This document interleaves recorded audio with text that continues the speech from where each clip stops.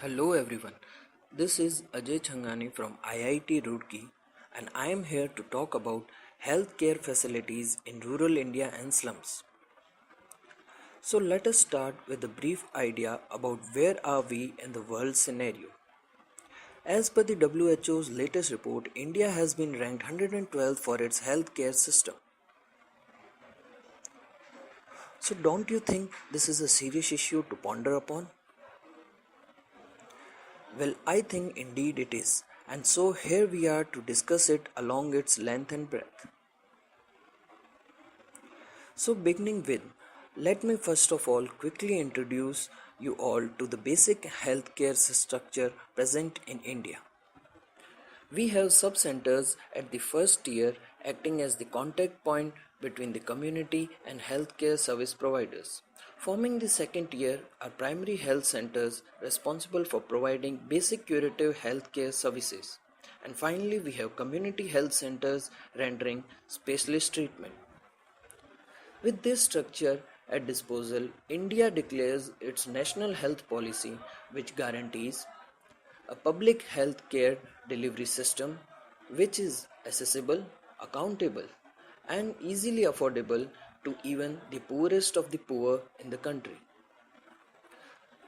Through its 12th five-year plan, government aimed at focusing on preventive rather than curative health care, which in itself is greatly applaudable.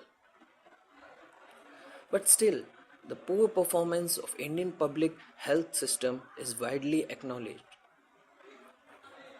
Almost all factors infrastructure, human resource, logistics, and community participation were attributed failures. After grouping with these challenges for years, our planners came up with a comprehensive mission oriented approach to revamp our rural healthcare. Thus came into existence the National Rural Health Mission, popularly known as NRHM. With a specialist focus on 18 poorly performing states, including EAGs, the mission aimed to strengthen the public healthcare system in rural India. The mission's major focuses were firstly, reduction in child and maternal mortality, secondly, universal access to public services for food, nutrition, health, and hygiene.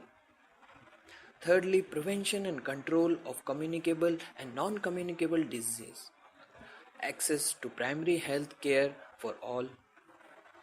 Population stabilization and demographic balance. Revitalize local health and most importantly, promotion of healthy lifestyle. But hey, all of this seems so credible. So why 112th? Where do we lag? Now let me show you the other side of the coin. There are various bottlenecks into our success story. Some of them are: first, lack of human resources; second, dearth of logistics; third, struggling infrastructure; fourth, non-recognition and less payment for ashas; fifth, PHC issues, and the list goes on and on. So the question arises, what else we can do?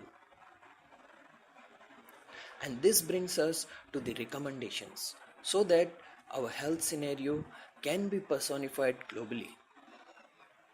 First, proper implementation of health themes. Second, recruitment of human resources.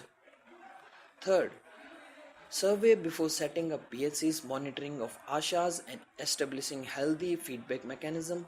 And last but not the least, doctors' quarters as alternative for 24/7 PHCs. So in nutshell, I would like to conclude that our endeavor of improved healthcare facilities has witnessed a paradigm shift in the last few years, but still we are miles away from attaining the Millennium Development Goal. Wrapping up with our discussion, I would just say that our journey of improved public health care in India is indeed a prolonged one, but definitely the destination is within our sight. Thank you all for listening me. Goodbye. Created using Powtoon.